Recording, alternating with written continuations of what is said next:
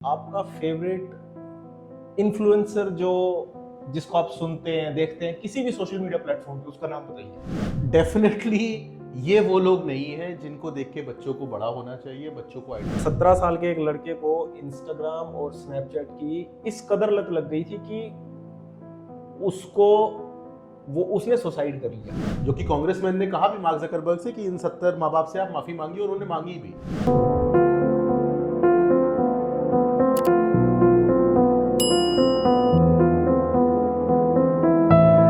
आज की इस वीडियो में मैं अमिताभ के साथ सोशल मीडिया से संबंधित कुछ गंभीर मुद्दों के बारे में बात करूंगा। तो आगे बढ़ने से पहले अमिताभ, मैं सबसे पहले एक सवाल ये पूछना चाहता हूँ कि आपका फेवरेट इन्फ्लुएंसर जो जिसको आप सुनते हैं देखते हैं किसी भी सोशल मीडिया प्लेटफॉर्म पे, उसका नाम बताइए। I think Zakir Khan probably, वरना स्पोर्ट्स के बहुत सारे हैं मेरे। जाकिर खान को इन्फ्लुएंसर कह सकते हैं, कॉमेडियन है वो।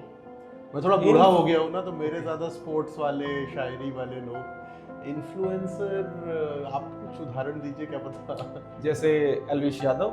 अच्छा नहीं, उनसे परिचय मेरा थोड़ा कम है, लेकिन हाँ, मैं उनका नाम जानता हूँ बिल्कुल। एल्विश यादव और रजत दलाल, इन सब लोगों के नाम सुने मैंने, बिल्कुल बिल्कुल। तो मैं आने वाला इसी पे ही था। ये दो उदाहरण मैं अभी इनके बारे में बात करूंगा, क्योंकि अच्छा, आप मेरी इस बात से सहमत हैं या नहीं कि आज एक्टर और एक्ट्रेस से लोग इतने ज्यादा इन्फ्लुएंस नहीं हो रहे, या फिर उनको इतना ज्यादा फॉलो नहीं करते जितने जो यूट्यूब या फिर फेसबुक, इंस्टाग्राम, इनके ऊपर जो इन्फ्लुएंसर है उनसे ज्यादा एनकरेज हो रहे हैं, उनसे ज्यादा सीख रहे हैं। बिल्कुल, क्योंकि इन्फ्लुएंसर तो 365 दिन कुछ नया बना रहे हैं। देखिए, एक्टर की फिल्म जो है बहुत भी अगर आएगी, अक्षय कुमार की शायद 5 आती हैं साल में, इन लोगों की तो डेली कुछ ना कुछ नया होता रहता है। तो वही बात है कि वो out of sight out of mind वाली बात हो जाती है ना, जिसको आप बार बार देखते रहते हो, उससे आप नेचुरली ज़्यादा इन्फ्लुएंस होते हो। भले उसका कंटेंट अच्छा है या बुरा, ये अलग बात है, लेकिन बार बार देख देख के उससे आदत पड़ जाती है। I completely agree. I think influencer से हम लोग ज़्यादा प्रभावित होते हैं। तो जो मैं अभी दो नाम जो मैंने लिए थे, तो आई थिंक स्टिल मैं 100% श्योरिटी के साथ अभी भी नहीं बोलूंगा कि किसी भी बच्चे के पेरेंट्स ना एल्विश यादव या फिर रजत दलाल जो हैं इनसे इन्फ्लुएंस होके या फिर इनसे कुछ सीख सकते हैं, वो इनके रोल मॉडल हो सकते हैं। मतलब ऐसा कोई पेरेंट नहीं चाहेगा। वो मैं क्यों बोल रहा हूँ, एल्विश यादव को आप सोशल मीडिया पे जान चुके हैं कि गुंडागर्दी, मार पिटाई और ये सब चीजें मैंने अपनी आंखों से वीडियोस में देखा है। रजत दलाल जो अब बिग बॉस में, ओटीटी बिग बॉस में, जहां पे जिस शो को सलमान खान होस्ट कर रहा है, तो जो सवाल मेरा है वो इन इन्फ्लुएंसर से नहीं, इनके बारे में नहीं। ये जो प्लेटफॉर्म अमेजोन के ऊपर एल्विश यादव एक शो है जिसे होस्ट कर रहे हैं, रजत दलाल एक प्लेटफॉर्म पर है जिसको दुनिया देख रही है। तो ये जो बड़े बड़े प्लेटफॉर्म हैं, ये इनकी मानसिकता क्या है, ये जो ऐसे लोगों को अपने शो के ऊपर लेके आ रहे हैं? नहीं, ये सही में चौंका देने वाली बात है। और ये ऐसे ही एक विदेश में भी एक इन्फ्लुएंसर थे, एंड्रू टेट के नाम से, जो कि इसको टॉक्सिक मैस्कुलिनिटी कह सकते हैं, हम वायलेंस कह सकते हैं, गाली गलौज कह सकते हैं, और मार धाड़ बढ़ाने का। और फर्क एक्टर्स और इनमें ये है कि ये सही जगत में कर रहे हैं। कितना सच है, कितना स्क्रिप्टेड है, पता नहीं, लेकिन डेफिनेटली ये वो लोग नहीं हैं जिनको देख के बच्चों को बड़ा होना चाहिए, बच्चों को आइडलाइज करना चाहिए। लेकिन मैं ये भी देख सकता हूँ कि एक 12 साल का लड़का, क्या वो 10-12 घंटे मेहनत से पढ़ाई करेगा, या उसको ये लगता है कि मैं बाहर जाऊँ, किसी को 2-3 गालियाँ सुना दूँ और फिर सलमान खान के बगल बगल पे खड़ा हो जाऊँ। मैं अगर खुद 12 साल का होता, हम लोग जिन शहरों से आते हैं, मैं दिल्ली में बड़ा हुआ, लड़ाई झगड़ा मतलब फैंटेसाइज करना बड़ी नॉर्मल बात थी। तो इनसे प्रभावित होना बड़ा आसान है, क्योंकि मेहनत ज़्यादा नहीं है ना। शॉर्टकट बहुत, कितना छोटा, मैं धक्का देना आपको कितना आसान है, लड़ाई झगड़ा करना कितना आसान है, लेकिन 12 घंटे किताब पढ़ना हर दिन और फिर जाके एक एग्जाम देना कितना मुश्किल है। तो मेहनत से ज़्यादा आसान तो ये तरीके हैं। और ये प्लेटफॉर्म्स क्या सोच रहे हैं, ये मेरे भी सोच के एकदम बाहर है कि ऐसे व्यक्ति को आप ला करके, या इन जैसे लोगों को आप पैसा दे रहे हैं कि आप और ऐसा काम कीजिए, तो फिर और बच्चे ये करेंगे, मतलब काफी खतरनाक रहा है ये। मैं एक दो इस वीडियो के दौरान आपसे बातचीत के दौरान ना कुछ बीच में कोट्स हैं मेरे पास, कुछ ऐसी स्टेटमेंट्स हैं जो मैं पढ़ के अपने जो यूजर्स हैं, जो भी लोग इस वीडियो को देख रहे हैं, उनको इसके बारे में बताना चाहूँगा। जो 40% इंडियन पेरेंट्स हैं वो मानते हैं कि उनके टीनेजर्स बच्चे स्मार्टफोन, वीडियो गेमिंग और सोशल मीडिया के एडिक्टेड हैं। उनके पेरेंट्स ये बात मान रहे हैं। 55% अर्बन इंडियन पेरेंट्स ने बताया कि 9 से 13 साल के बच्चों के पास पूरे दिन स्मार्टफोन की सुविधा रहती है। तो जो मेरा सवाल है वो ये कि ये जो एडिक्शन है इसका रीजन क्या है? यार एडिक्शन थोड़ा कॉम्प्लिकेटेड सा शब्द है, क्योंकि ये बड़ा मतलब इसकी एक साइंटिफिक परिभाषा है और इसकी जो हम एक बोलचाल में कहते हैं कि यही कि यार अब बच्चे के हाथ से फ़ोन नहीं छुटवा सकते। इसके बहुत सारे रीज़न है। सबसे बड़ा रीज़न तो वही है जो बार बार कहा जाता है, डोपामीन डोपामीन डोपामीन। तो फिर से डोपामीन पे आ जाते हैं कि जब हम उसको, एक फ़ोन जो है ना आपके हिसाब से चलता है। जब आप फ़ोन से बात करते हो ना, आपको एग्जैक्टली पता है वो क्या रिप्लाई देने वाला है। दोस्ती यारी में ऐसा नहीं होता। हो सकता है आपने कोई स्क्रिप्ट लिखी हो, मेरे जवाब वहाँ पर ना बैठ रहे हो, लेकिन अगर आप एक फ़ोन के साथ इंटरेक्ट करें तो वो जो डोपामीन का हिट है, हमें अगर पता चल जाए और फ़ोन को पता चल जाए कि मेरे चक्कर में कि भाई इसको शायरी पसंद है, तो वो लगातार घंटों तक मुझे शेर व शायरी सुनाता रहेगा। वैसे ही अगर किसी को वायलेंस पसंद है या किसी को गेमिंग पसंद है तो सिखाता रहेगा। तो उस कंफर्टेबल एनवायरनमेंट में से कोई क्यों निकलना चाहेगा? जैसे मैंने बताया ना, बाहर की जो दुनिया है और फोन की जो दुनिया है उसमें फर्क ये है कि बाहर कभी कंफर्ट होगा, कभी डिस्कंफर्ट होगा, जो नॉर्मल लाइफ होती है। फोन की दुनिया वैसी ही चलती रहेगी। तो और दूसरी बात कि बाकी चीजें जो हैं, अब आप क्रिकेट खेलने जाओगे, क्या पता आप आउट हो जाओ, क्या पता आप छक्का मार दो, लेकिन फोन में 99% अगर आप ज्यादा समय बिताते रहो तो आप अच्छे ही हो जाते हो। तो बच्चों को अलग अलग प्रकार के मजे, और उनके बहुत सारे दोस्त भी उसके ऊपर है। सुबह जाकर के स्कूल पे बातचीत भी यही करनी है। वो आपके जो नेफ्यू आए थे, किसी भी टॉपिक पे मैं उनसे रिलेट नहीं कर पाया सिवाय गेमिंग के। जब वो गेम पे बात करना शुरू करते थे तो उनका मन नहीं होता था इस बात को छोड़ने का। तो इंटरेस्ट है, कंफर्ट है, और बाहर की दुनिया, कहीं तो स्मॉग है, खेलने की जगह नहीं है, लड़ाई झगड़ा हो सकता है, खेल जैसे ही अंधेरा होगा वापस घर आना होगा, ये तो 24 घंटे आप खेल सकते हैं। तो इसका जो कंफर्ट है और इसका जो मजा है वो इतना ज्यादा इंपॉर्टेंट हो गया है बच्चों के लिए कि वो हाथ से छूटी नहीं। और ये खाली हिंदुस्तान की परेशानी नहीं है, अमेरिका में भी अभी नया एक जज ने बोला है कि बच्चों की मेंटल हेल्थ को इम्पैक्ट कर रहा है फोन, और इनके ऊपर केसेस हो सकते हैं। तो ये ग्लोबल इशू है जिसमें हिंदुस्तान भी खाली उनकी मेंटल हेल्थ नहीं, जो एक्सेसिव सोशल मीडिया का जो इस्तेमाल है ना, उसकी वजह से poor sleep, stress, anxiety, depression जैसी बीमारियां, ये जो है ये परेशानियां होने लगी हैं बच्चों को। हाँ, मतलब मुझे तो अपनी जिंदगी में दिखता है कि यार फोन छोड़ना पड़ता है, और सुबह उठ करके एक तरीके का अभ्यास बनाना पड़ा कि पहले 4-5 घंटे फोन नहीं देखे, जबकि हमारी तो रोजी रोटी इससे जुड़ी हुई है। हम सुबह उठते हैं तो सही पे ईमेल आई हुई होती है, लेकिन वो जो ये इम्पैक्ट अगर एक 40 साल के अधेड़ पुरुष के ऊपर पड़ रहा है, तो एक 12-14 साल जब हार्मोन्स बन रहे हैं, दिमाग ग्रो कर रहा है, तो डेफिनेटली पड़ता है। ओके, एक स्टडी में जो है 68 पेरेंट्स का मानना है कि सोशल मीडिया का इस्तेमाल के लिए ना मिनिमम एज 15 साल तक की होनी चाहिए। ये पेरेंट्स बोल रहे हैं कि क्योंकि जिस तरीके से अपने बच्चों में जो वो मेंटल इफेक्ट, जो उनका जो पढ़ाई खराब हो रही है, उनका जो गेम खराब हो रहा है, उनकी सोशल एक्टिविटीज खराब हो रही है, तो वो ये बोल रहे हैं कि भाई आप 15 साल करो। किस हद तक सहमत है इस बात से? मैं पूरे तरीके से सहमत हूँ। मुझे लगता है कि और खास करके हिंदुस्तान में, क्योंकि हिंदुस्तान की वजह दूसरी है। हम हिंदुस्तान में फ़ोन और कंप्यूटर इसलिए देते हैं कि ताकि हमें लगता है बच्चा इससे कुछ पढ़ाई का सीख लेगा। एक मध्यम वर्ग के पिता जब वो महंगा फ़ोन खरीदते हैं या लैपटॉप खरीदते हैं, वो सही में पढ़ाई के लिए खरीदते हैं, क्योंकि वो चाहते हैं बच्चा आगे जाकर के कुछ अच्छा करे, एंटरप्रेन्योर बने, नौकरी करे। तो दिया एक अलग वजह के लिए जा रहा है, जो वहाँ पे मिल रहा है। गेम और मनोरंजन के मैं खिलाफ नहीं हूँ, मिले अच्छी बात है, बचपन में मिलना ही चाहिए और क्या हो, लेकिन एक कि उसका नियंत्रण नहीं हो पा रहा है, एक संतुलन में आप इसका इस्तेमाल नहीं कर पाते। दूसरा, इसके साथ जो ये बाकी चीजें आ रही ना, ये जो वायलेंस है या फिर जो हाइपर सेक्सुअलिटी है या जो ड्रग्स के बारे में इनको जानकारी मिलती है। अब जानकारी इतनी सारी, बात करने वाला कोई नहीं, माँ बाप को खुद ही नहीं पता बच्चा क्या देख रहा है, टीचर को नहीं पता क्या देख रहा है। सो आई थिंक जैसे कि बहुत सारी इंडस्ट्रीज में हुआ है, कोई तो वजह है ना कि गाड़ी 18 साल के बाद ही चला सकते हैं, कोई तो वजह होगी कि पूरी दुनिया ने डिसाइड कर लिया। शराब इतने सालों के बाद पी सकते हैं, सिगरेट इतने साल, तो कुछ चीज़ें हैं। मुझे लगता है अभी ये टेक्नोलॉजी ऐसी नहीं है कि ये बच्चों के लिए सुरक्षित है। और ये मैं नहीं, जो दुनिया भर में इन लोग के फाइन 2023 में यूके और यूएस में 3-4 बिलियन डॉलर के ऊपर हो चुके थे, वेरी लार्ज प्लेटफॉर्म्स के।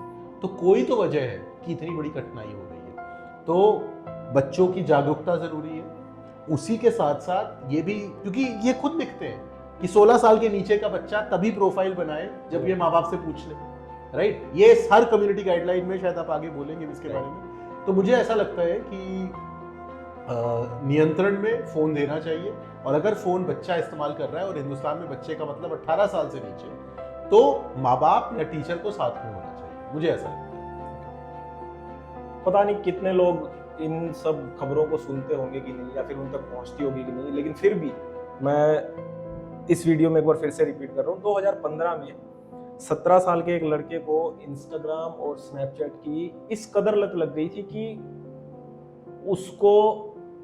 उसने सुसाइड कर लिया। उसके पेरेंट्स ने फेसबुक और स्नैपचैट, इन दोनों के ऊपर ये इल्जाम लगाते हुए मुकदमा दायर किया कि इन्हें इन प्लेटफॉर्म्स को पता था कि ये क्या चीजें दिखा रहे हैं, इनको पता था। उसको ध्यान में रखते हुए भी उन्होंने उसको इग्नोर किया है। और यू रिमेम्बर जो 2024 की शुरुआत में जो वॉशिंगटन डीसी में हियरिंग हुई थी, जिसमें बड़े बड़े सीईओज, मेटा के सीईओ और बाकी बड़े बड़े प्लेटफॉर्म के सीईओ आए थे, वहां भी बहुत सारे ऐसे पेरेंट्स मौजूद थे जिनके बच्चे जो हैं सोशल मीडिया की वजह से अपनी जान दे चुके हैं। तो इतना सब होने के बावजूद भी 2024 की शुरुआत की मैं बात कर रहा हूँ, आज हम 2024 के अक्टूबर में आज हम बात कर रहे हैं, ऑलमोस्ट ये साल खत्म होने को है। कुछ बदलाव, कुछ असर पड़ा है? जागरूकता का तो असर पड़ा है कि जैसे जब कांग्रेस यूएस में आपको बुलाती है, एक ऐसा देश जो व्यापार के साथ खड़ा होता है, अगर वो आपको बुला करके ऐसी फटकार लगाए, जो कि कांग्रेसमैन ने कहा भी मार्क जकरबर्ग से कि इन 70 माँ बाप से आप माफी मांगी, और उन्होंने मांगी भी। तो ये एक ऐसी जगह है जहां पे बहुत काम करना जरूरी है। बहुत सारे नियम आ चुके हैं, और कुछ मतलब हिंदुस्तान में भी आ गए हैं। डीपीए हिंदुस्तान में आ गया है, यूएस में कोसा 2.0, डीएसए, तो ये कानून अब आ रहे हैं। तो लेकिन अब परेशानी ये है कि कानून आने तक और उसके पहले ये जो बच्चे हैं, और सुसाइड तो बहुत बड़ी बात हो गई, जिंदगी ही खत्म हो गई, लेकिन ये जो मानसिक हेल्थ पे, उनकी मेंटल हेल्थ पे जो प्रभाव पड़ रहा है, इसके लिए कौन जिम्मेदार होगा। और दूसरी चीज ये भी है कि डेटा निकल करके आया है कि करीबन 2-3 बिलियन डॉलर का तो विज्ञापन इन बच्चों को दिखाया जाता है। प्लेटफॉर्म्स की परेशानी क्या है, और यहाँ पे सही बात है कि बहुत सारा डेटा आ रहा है, इतनी सारी फाइल्स अपलोड हो रही है। ऐसा तो नहीं है कि भाई एक व्यक्ति बैठ करके देख रहा है और डिसाइड कर रहा है, लेकिन ये जो पॉइंट है, इससे क्या, आप बहुत पैसा कमा रहे हैं, इसका मतलब कितने बच्चे मर जाएं, कितने बच्चे पागल हो जाएं, कितनों की तबीयत खराब हो जाए। तो प्लेटफॉर्म्स को जागना पड़ेगा, उनको मानना पड़ेगा कि वो बच्चों के लिए सुरक्षित नहीं है, क्योंकि हर प्रकार का कंटेंट है, राइट। जैसे कि समाज में होता है, तो समाज में हर जगह पे तो बच्चा जाता नहीं है। जो शहर का रेड लाइट एरिया होता है, वहां अपने बच्चे को रात को अकेला छोड़ देंगे? नहीं छोड़ेंगे, कोई वजह है ना। ठीक उसी प्रकार से बहुत सारे सोशल मीडिया प्लेटफॉर्म्स ऐसे हैं, बहुत सारे वेबसाइट्स ऐसी हैं जहां बच्चों को नहीं जाना चाहिए, और वहां पर एज एश्योरेंस जिस टेक्नोलॉजी को कहते हैं, अगर कोई भी व्यक्ति 18 साल की उम्र से नीचे आ रहा है, तो ये वेबसाइट, प्लेटफॉर्म और गेम को देखना चाहिए कि वो लोग इसको एक्सेस ना कर पाए। अगर उन्हें पता चल जाता है कि कोई माइनर है, काफ़ी टेक्नोलॉजीज बनी है इसके ऊपर, कि अगर उन्होंने डिटेक्ट कर लिया कि आप माइनर हैं, तो वो आपको एक्चुअली हटा देते हैं। लेकिन ये टेक्नोलॉजीज बहुत अच्छे से काम नहीं करती, ये यूएसए से बाहर बहुत अच्छे से काम नहीं करती, हिंदुस्तान तक तो ये पहुंचती ही नहीं है, ये कठिनाई है। अगर बुराइयों की हम बात करने लगे ना, तो ये लिस्ट जो है ये ख़त्म नहीं होती है, क्योंकि हम इतने सालों से, करीबन 15 सालों से इसके ऊपर काम कर रहे हैं, और काम इसलिए करने की ज़रूरत पड़ रही है क्योंकि ये दिक्कतें हैं, और ये इनका जितना जल्दी इनका समाधान होना चाहिए उस स्पीड से नहीं हो रहा है। जिस स्पीड से टेक्नोलॉजी जो डेवलप हो रही है, उस स्पीड से ये प्रॉब्लम्स नहीं हट रही है। तो उसी बीच में कुछ अच्छा भी है जिसके बारे में मैं बात करना चाहता यहाँ हूँ। पे लेकिन एक चीज़ बहुत ज़रूरी है। देखिए, समाज में बुरी चीज़ें भी हैं जो आपके बच्चों के लिए अच्छी नहीं। बहुत सारी चीज़ें, शराब हो गई, सिगरेट हो गया, हाईवे हो गया, अकेले बच्चे को नहीं छोड़ते। तो माँ बाप को टेक्नोलॉजी के बारे में, इंटरनेट के बारे में खुद को जागरूक करना पड़ेगा। ऐसा कभी भी नहीं होगा कि आपके बच्चे के लिए खतरनाक चीज़ें समाज में ना हो। राइट। ये युगों युगांतर से चली आ रही परेशानी है। बच्चों को बचा के रखना पड़ता है, इसीलिए उनको बचपन कहा जाता है, इसीलिए स्कूल बनता है, समाज बनता है। आज भी अगर हम एक छोटे बच्चे को रोड पे सिगरेट पीते हुए देखें, हम उसे रोकेंगे, हम उसको मना करेंगे, थोड़ा ज्ञान बांट करके आ जाएंगे। ये बात जब हम फोन और लैपटॉप पे ले आएंगे, क्योंकि ये उससे ज्यादा प्रभावशाली है। एडिक्टिव है कि नहीं, साइंटिफिक रिपोर्ट नहीं आई, मुझे नहीं पता, लेकिन प्रभावशाली सिगरेट और शराब से ज्यादा ये मैं मानता हूं, क्योंकि ये सीधा दिमाग को असर करता है। बाकी मतलब दिमाग सबसे इंपॉर्टेंट ऑर्गन होता है। तो मुझे लगता है टीचर और माँ बाप को इसके बारे में ज्यादा जानकारी प्राप्त करनी जरूरी है। ये जो आप एक बात बोल रहे हो ना कि ये प्रभावशाली है, पेरेंट्स को ये समझना होगा। अब जैसे सिगरेट है, शराब है, या फिर कोई भी नशा है, वो सबको पता है कि नुकसानदायक है। लेकिन ऐसा पहले था नहीं। 1920 में अगर आप एक वो टीवी शो देखें मैडमेन, तो डॉक्टर्स ने सिगरेट का विज्ञापन किया है। महिलाओं को ये फ्रीडम स्टिक्स बोल करके बेची गई है। ये हॉस्पिटल में अलाउड थी। ऐसा नहीं है कि पहले दिन पे ही सबको ज्ञान आ गया। ऐसा नहीं है कि ये कोई शराब के बारे में सबको पहले दिन से ही पता था। वाइन पिलाते थे डॉक्टर्स, तो रम रेकमेंड करते थे। ऐसा नहीं है कि ये सारे नियम शुरुआत से ही थे, ये नियम बनाए गए। टेक इंडस्ट्री को सिंपल सी बात है, नियम की जरूरत है, जैसे कि बाकी हर इंडस्ट्री में। और हर इंडस्ट्री में ये नियम आने में समय लगा। सीट बेल्ट भी गाड़ियों में पहले नहीं होती थी, राइट? स्पीड लिमिट भी पहले नहीं होती थी, स्पीड ब्रेकर भी। हर इंडस्ट्री में आप देखेंगे जैसे कि वो बड़ी होती है, नियम आते हैं ताकि समाज के कुछ लोग, खास करके बच्चे, उनसे सुरक्षित रहे। इसी बीच इंस्टाग्राम ने एक जो इस वीडियो से जितनी भी बातें करने के बाद जो मैं सोच रहा था कि जो कुछ नए फीचर्स, क्योंकि ऐसा नहीं है कि खाली सब बुरा ही हो रहा है, प्लेटफॉर्म कोशिश कर रहे हैं, डेफिनेटली कोशिश कर रहे हैं, और वो इसीलिए हर रोज वो नए नए फीचर्स जो है वो डेवलप कर रहे हैं। तो इंस्टाग्राम ने एक टीन अकाउंट्स जो है वो built in protection for teens ये करके कुछ डेवलप किए हैं, जिसके बारे में मैं बता देता हूँ उसमें क्या क्या है। इसमें इंस्टाग्राम ने एक तो पेरेंट्स को जो है ना वो ज़्यादा कंट्रोल दिया है कि जो 16 साल से नीचे के जो बच्चे हैं जो सोशल मीडिया का इस्तेमाल कर रहे हैं, उनको ध्यान में रखते हुए ये फीचर्स डेवलप किए हैं। इसमें अकाउंट बनाने के बाद जो ऑलरेडी है प्लेटफॉर्म के ऊपर, उनके पास नोटिफिकेशन जाएगा, लेकिन जो नए साइन अप कर रहे हैं उसमें उनको प्रेफर्ड जो है वो टॉपिक जो है वो सिलेक्ट करने को दिए जाएंगे कि आपके इंटरेस्ट क्या क्या है, उसके हिसाब से आपको कंटेंट दिखाई देगा। इसके अलावा private accounts, messaging restrictions, sensitive content restrictions, limited interactions, time limit, reminders और स्लीप मोड, ये कुछ ऐसे फीचर्स हैं। इसमें बहुत से फीचर्स ऐसे हैं जो आप बिना पेरेंट्स की परमिशन के कर ही नहीं सकते हैं, उनका इस्तेमाल ही नहीं कर सकते।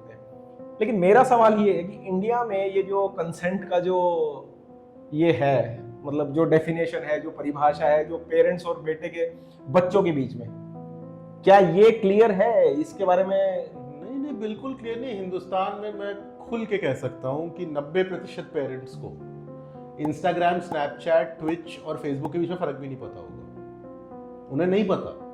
आप तो फीचर की बात कर रहे हो। दूसरा, दुनिया का कौन सा 16 साल का बच्चा है जो अपना फोन अपने माँ बाप के हाथ में देता है? शायद ढूंढने पे एक दो मिले। सोच अच्छी है, लेकिन ये परेशानी तकनीक की है ही नहीं। आप 100 फीचर और बना दो, आप कितने भी फीचर बना दो, ये वो वाली बात है कि जब लोगों को पता ही नहीं कि ये फीचर करता क्या है, आप बनाते रहो। मैं इन सारी कंपनियों से 15 साल से पूछता आ रहा हूँ, मुझे इतना बता दो कि इस फीचर को कितने लोग इस्तेमाल करते हैं। आप ये बताते हो 2 बिलियन एक्टिव यूजर है, फलाना है, ढिमकाना है। सेफ्टी फीचर को यूज करने वाले कितने बच्चे हैं? आप ये डेटा दे दीजिए।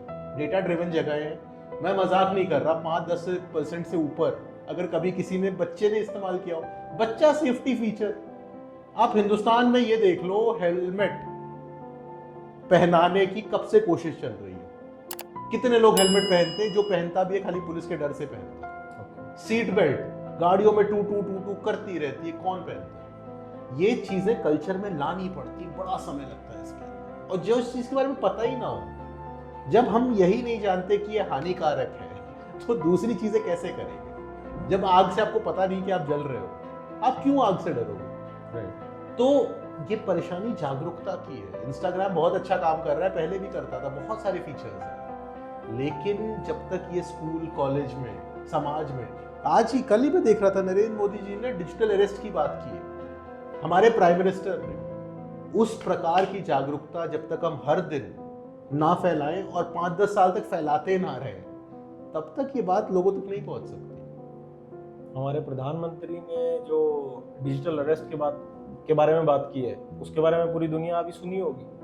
हमने थोड़े दिनों पहले इसके बारे में बात की थी, हमने कम से कम 10 केसेस के बारे में बताया था, लेकिन ठीक है। हाँ नहीं, लेकिन हम लोग और प्रधानमंत्री ऑनलाइन सेफ्टी के बारे में सोच रहे हैं, ये भारत के लिए बड़ी अच्छी बात है।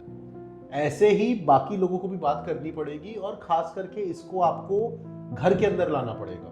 मेरे पिताजी, मेरे दादाजी, मेरे बच्चे, मेरे भतीजे, मेरी बीवी, सबको ये बातचीत करनी पड़ेगी, तब जाकर के, और ये काफी सालों तक करनी पड़ेगी, तब जाकर के ये कल्चर में आएगा कि अरे, जैसे कि OTP शेयर मत करो, कितना विज्ञापन हुआ तो लोगों को समझ में आ गया OTP शेयर मत करो। वैसे ही इसका उतना ही विज्ञापन करना पड़ेगा, हर प्लेटफॉर्म, हर जगह पर, बस अड्डे पर, रेडियो में, हर जगह सालों तक जब आप ये बात चलाते हैं ना, तब सबके पास ही पहुंच करके एक क्या कहेंगे, कॉमन सेंस की बात होती है। तो इंस्टाग्राम को उतनी, और इंस्टाग्राम वैसे एक अच्छी बात है सोशल मीडिया के पास, ये लोग विज्ञापन बड़ा अच्छा कर सकते हैं क्योंकि वही इनका बिजनेस है। कर सकते हैं, बहुत अच्छा कर सकते हैं। करते नहीं है। ऑनलाइन सेफ्टी के पता नहीं कितने विज्ञापन देखे होंगे अपने व्हाट्सएप का, कभी कभी मैंने देखा है अखबार में 1-2 बार छपता हुआ, लेकिन मैं जो बात कह रहा हूँ 365 दिन और 5-6 साल, तब जाके एक जनरेशन को एक बात समझ में आती है। जैसे कि 2 बूंद पोलियो के लिए होती है, राइट? ये कैसे पता चला हिंदुस्तान को?